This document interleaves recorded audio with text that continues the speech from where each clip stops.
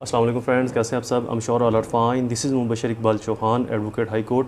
आज हम बात करेंगे अगर बच्चों की कस्टडी माँ के पास है तो क्या बाप बच्चों की कस्टडी ले सकता है? अगर हाँ तो वो कैसे, कौन से लॉज हैं और उसके ऊपर और बाप को कौन सी जजमेंट सपोर्ट्स करती हैं कि वो बच्चों की कस्टडी ले सकता है और किस एज तक ले सकता है। एक जनरल फिनोमेना है कि 7 साल या 11 साल तक बच्चा या बच्ची, बेटा या बेटे की कस्टडी नहीं ली जा सकती। अभी आज हम कानून के पैरामीटर में देखेंगे कि लॉ इसके ऊपर क्या कहता है। क्या ये एक स्ट्रिक्ट रूल है या जनरल फिनोमेना है, जस्ट एक बात है और कुछ भी नहीं। और बाप को कस्टडी दिलवाने के लिए जजमेंट्स कौन सी हैं और उन जजमेंट्स के अंदर किन चीज़ों को एक्सप्लेन किया गया, ऐसी कौन सी ग्राउंड्स हैं जिनको अगर बाप इस्टेब्लिश कर देता है कि ये चीज़ें हो रही हैं या हो सकती हैं तो बच्चों की कस्टडी माँ से लेकर बाप के हवाले की जा सकती है। आज इस टॉपिक को हम आसान ज़ुबान के अंदर समझेंगे, साथ में रेलिवेंट लॉज़ और कोर्ट जजमेंट्स का भी जिक्र करेंगे कि इसके ऊपर कोर्ट्स की जजमेंट्स कौन सी स्पोर्टिंग जजमेंट्स हैं जो बाप की फेवर के अंदर है। तो चैनल को सब्सक्राइब जरूर कर लीजिएगा, साथ में बेल आइकन को प्रेस करके ऑल नोटिफिकेशन कर दें। वीडियो को लाइक और शेयर जरूर कीजिएगा अपने सोशल सर्कल में दोस्तों के साथ, मैक्सिमम लोग इससे मुस्तफ़ीद हो सकें। फर्स्ट ऑफ ऑल, हज़ानत या कस्टडी है क्या? किसी भी माइनर बच्चे को अपनी कस्टडी अपनी शेल्टर में रखना, that is called custody and हज़ानत। पाकिस्तान के फैमिली लॉ के अंदर ये कहा जाता है कि 7 साल तक बेटा, 10 साल तक, 11 साल तक, कुछ 16 साल तक और कुछ 18 साल तक लोग कहते हैं। बेसिकली ये लॉ के अंदर डायरेक्ट मेंशन नहीं है और ना ही ये एब्सोल्यूट राइट है औरत का या माँ का कि वो 7 साल तक बेटे को अपने पास ही रखेगी और 11 साल, 16 साल या 18 साल तक बेटे को अपने पास ही रखेगी। जो एब्सोल्यूट राइट है वो ये कि अगर बच्चा दूध पीता है और वो दूध माँ का पी रहा है तो इस दौरान वो एब्सोल्यूट राइट डेवलप हो जाएगा कि वो बच्चा माँ के पास रहेगा। अगर बच्चा माँ का दूध भी नहीं पी रहा, मतलब बाज़ारी जो दूध है, जो बच्चों का दूध लगाया जाता है वो पी रहा, तो देन भी ये एब्सोल्यूट राइट डेवलप नहीं होता। इस चीज़ को अपने माइंड में ज़रूर रखिएगा, ये कोई एब्सोल्यूट राइट नहीं है। 100% ये सेटल्ड प्रिंसिपल या सेटल्ड लॉ नहीं है, जस्ट एक फिनोमेना या एक मुहावरा है या जस्ट कोर्ट की डिस्क्रिशनरी पावर्स हैं। अब यहाँ पर देखते हैं कि कोर्ट ने किसके ऊपर फोकस करना है, लॉ पर या फिनोमेनास के ऊपर। कोर्ट ने देखना है, कोर्ट का जो मेन फोकस होगा वो होगा लॉ के ऊपर। और लॉ ये कहता है कि वेलफेयर ऑफ चाइल्ड को प्रायोरिटी के ऊपर रखा जाएगा। वेलफेयर ऑफ चाइल्ड के अंदर क्या चीज़ें आती हैं? बच्चे की सेहत, उसकी तालीम व तरबियत, उसकी खुराक, उसका इन्वायरमेंट, रहन सहन, कपड़े, ये चीज़ें वेलफेयर ऑफ माइनर के अंदर आती हैं। अब देखते हैं कि ऐसी कौन सी ग्राउंड्स हैं या ऐसे कौन से फैक्ट्स हैं जिनको अगर बाप इस्टेब्लिश करता है तो बच्चों से माँ की कस्टडी ले सकता है। फर्स्टली, अगर बाप ये समझता है या बाप के पास इस तरह की कोई भी एविडेंस ऑन रिकॉर्ड है कि माँ या उसकी साबका बीवी बच्चों का ख्याल नहीं रख पा रही या नहीं रख रही, माँ जॉब करती है, कहीं पर काम करती है, घर से बाहर रहती है और इस चीज़ की एविडेंस बाप के पास ऑन रिकॉर्ड है, उसके पास मौजूद है। यहाँ पर एक चीज़ काबिल गौर है कि अक्सर हमारे पास केसेस आते हैं, बाप ये तमाम चीज़ें कह तो रहा होता है लेकिन उसके पास कोई एविडेंस मौजूद नहीं होती, जिसकी वजह से बाप इस केस को हार जाता है। यहाँ एक चीज़ याद रखिएगा कि केस या प्रिंसिपल जितना स्ट्रॉन्ग होगा उसको जीतने के लिए उतनी ही स्ट्रॉन्ग एविडेंस भी रिक्वायर्ड होती है। तो लिहाजा कोर्ट के अंदर बातें नहीं चलती, कोर्ट के अंदर एविडेंस या विटनेस चलते हैं। तो जो भी चीज़, जो भी फैक्ट हो, कोशिश करें उसकी एविडेंस क्रिएट करें। आजकल हमारे पास सभी के पास मोबाइल फ़ोन, सेल फोन मौजूद हैं।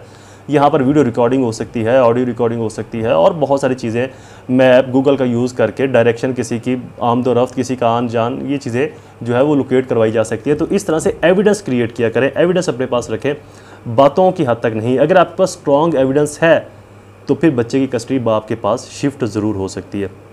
अब एविडेंस कुछ आप पर डिपेंड करती है, कुछ आपके लॉयर पर डिपेंड करती है कि उसको कैसे जनरेट करता है। सेकंड ग्राउंड, बच्चे अनसेफ इन्वायरमेंट के अंदर है माँ के साथ। अगर बाप इस चीज़ की स्ट्रॉन्ग एविडेंस के साथ इस्टेब्लिश कर दे इस प्रिंसिपल को कि बच्चे माँ के साथ जिस इन्वायरमेंट के अंदर है वो इन्वायरमेंट अनसेफ है। अनसेफ कैसे है ये आप मुझसे बेहतर जानते हैं। तो अनसेफ की फिर बहुत सारी इकसाम आ जाती हैं, हंड्रेड ऑफ थाउजेंड्स किस्में हैं, तो वो डिटेल से डिस्कस करना यहाँ पर मुश्किल है। इन शॉर्ट बता दूं कि अनसेफ इन्वायरमेंट जहाँ पर बच्चे के दिमागी या जिस्मानी या करैक्टर के ऊपर दाग लगने के खदशात हों, दिमागी, जिस्मानी या उसके करैक्टर के ऊपर दाग लगने के खदशात हों, date is called unsafe environment. Third most important, माँ किसी और मर्द के साथ, औरत किसी और मर्द के साथ रह रही है, चाहे वो शादी की सूरत में या गैर शादी की सूरत में। इसके अंदर ये दोनों इकसाम बहुत वैलिड हैं। इन दोनों किस्मों के अंदर चाइल्ड और स्पेशली जो बच्ची है, लड़की है, उसके मेंटल इन्वायरमेंट के ऊपर स्ट्रांगली इफेक्ट होता है। ये चीज़ एक स्ट्रॉन्ग इंप्रेशन क्रिएट करती है कोर्ट के ऊपर कि जो बच्चे के लिए बेहतरीन सोर्स या बेहतरीन जो बच्चे का वेलफेयर है, प्रोटेक्टर है, वो उसका बाप हो सकता है। यहाँ पर जब गैर महरम यहाँ पर मौजूद है तो चाहे बच्चा है या बच्ची, उस वक्त बच्चे की कस्टडी को शिफ्ट करना या बच्ची की कस्टडी को शिफ्ट करना आसान हो जाता है। नेक्स्ट, काइंड माँ का करैक्टर साफ नहीं। ये करैक्टर की एविडेंस भी, अब करैक्टर की डिटेल या डेप्थ के अंदर तो मैं नहीं जाऊँगा, आप इस पर बेहतर जानते हैं। तो यहाँ पर भी अगर आपने करैक्टर पर बात करनी है तो फिर आपके पास स्ट्रॉन्ग एविडेंस का होना बहुत ज़रूरी है। और उसके बाद एक और मोस्ट इम्पोर्टेंट जो कि बहुत कॉमन है, माँ बच्चों को बाप के साथ मिलने नहीं दे रही। ये बड़ी एक कॉमन और स्ट्रॉन्ग ग्राउंड्स है। यहाँ पर भी कोर्ट माँ के अगेंस्ट स्ट्रिक्ट एक्शन ले सकती है और इस स्ट्रिक्ट एक्शन के अंदर मैक्सिमम जो एक्शन है वो ये कि कोर्ट माँ से बच्चे लेकर बाप के हवाले कर सकती है। ये तो थी कुछ सॉलिड और स्ट्रॉन्ग ग्राउंड जहाँ पर बच्चे की कस्टडी, बच्चे की हजानत बाप के हवाले की जा सकती है। बाप गार्डियन एंड वार्ड एक्ट के तहत बच्चे की कस्टडी के लिए कोर्ट के अंदर केस फाइल कर सकता है। हम इसकी जजमेंट के ऊपर भी आते हैं। अभी देखते हैं कोर्ट का काम क्या होगा जब भी कोर्ट के पास बच्चे की कस्टडी का केस आएगा। कोर्ट ने सिर्फ इतना देखना है कि बच्चे की मेंटल और फिजिकली हेल्थ किसके साथ ज़्यादा बेहतर है, माँ के साथ या बाप के साथ। किस पेरेंट का इन्वायरमेंट ज़्यादा बेहतर है, माँ का या बाप का। किस पेरेंट का करैक्टर ज़्यादा बेहतर है, माँ का या बाप का। किस पेरेंट के पास फाइनेंशियली स्टेबिलिटी ज़्यादा है, माँ के या बाप का।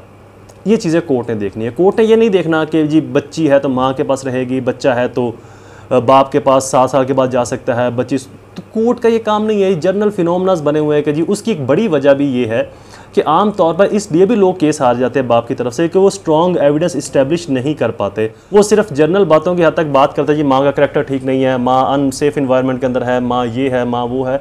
ऐसे नहीं चलता। कोर्ट जो है वो एविडेंस को मानती है, विटनेस को मानती है। एविडेंस की फिर क्रेडिबिलिटी है, उसकी स्टेजेस हैं कि कौन सी एविडेंस पुअर स्टेज की है, कौन सी एविडेंस गुड स्टेज की है, कौन सी बेटर, कौन सी बेस्ट है। ये एविडेंस की फिर कैटेगरीज और स्टेजेस है। ये डिफाइन करता है आपका लॉयर। नेक्स्ट, इसके ऊपर एक बड़ी इंपॉर्टेंट जजमेंट है, ये आपके बड़े काम आएगी। मोहम्मद बशीर वर्सेस रुखसाना बीबी 2013 SCMR 415, जिसके अंदर ऑनरेबल सुप्रीम कोर्ट ने कहा कि अगर माँ का करैक्टर क्वेश्चनेबल हो या माँ बच्चों को बाप से मिलने ना दे तो बच्चों की कस्टडी बाप के हवाले की जा सकती है। Most important. अब देखना, ये भी तो किसी वकील ने केस लड़ा होगा, ये जजमेंट आई है, तो ऐसा नहीं है कि बच्चे कभी भी बाप को नहीं मिलते। ये डिपेंड करता है लॉयर के ऊपर और बाप के पास मौजूद एविडेंस के ऊपर कि वो उस एविडेंस को कितनी स्ट्रांगली होल्ड करता है और जो उसका वकील है उस एविडेंस को कितनी स्ट्रांगली प्रेजेंट करता है कोर्ट के अंदर। और कोर्ट ने कहा कि welfare of minor is paramount consideration and not merely age और जेंडर। एज और जेंडर को देखकर फैसला नहीं किया जाएगा, बच्चे की वेलफेयर को देखकर फैसला किया जाएगा। जैसे कि मैंने अभी आपको पहले बताया कि जी बच्चे की एज कितनी है माँ के पास रहने के लिए, उसका जेंडर क्या है, ये कोर्ट के लिए मैटर नहीं करते। कोर्ट के लिए मैटर करता है कि बच्चे की वेलफेयर कहाँ पर बेहतर है। नेक्स्ट, बाप के पास विजिटेशन राइट है। अगर बच्चों की कस्टडी माँ के पास है तो बाप विजिटेशन राइट के तहत एप्लीकेशन दे सकता है कि मुझे कुछ स्पेसिफिक डेज़ के अंदर बच्चों की कस्टडी अपने पास चाहिए। जैसे कि ईद आ गई, गर्मी सर्दी की छुट्टियाँ आ जाती हैं और कोई त्यौहार, इस्लामिक त्यौहार आ जाते हैं या कोई हॉलीडेज़ आ जाते हैं, पर भी बाप विजिटेशन राइट की एप्लीकेशन देगा। ये विजिटेशन राइट की पिटीशन मूव करके बच्चों की कस्टडी कुछ दिन के लिए अपने पास ले सकता है। Video is complete. I hope ये आपके लिए फ़ायदेमंद साबित होगा। लाइक और शेयर जरूर कर दीजिएगा वीडियो को। दोबारा हाजिर होंगे किसी और इन्फॉर्मेटिव लेक्चर के साथ। तब तक मुझे अपनी दुआ में ज़रूर याद रखें। अल्लाह ताला आप सबका हामी नासिर हो। वस्सलाम।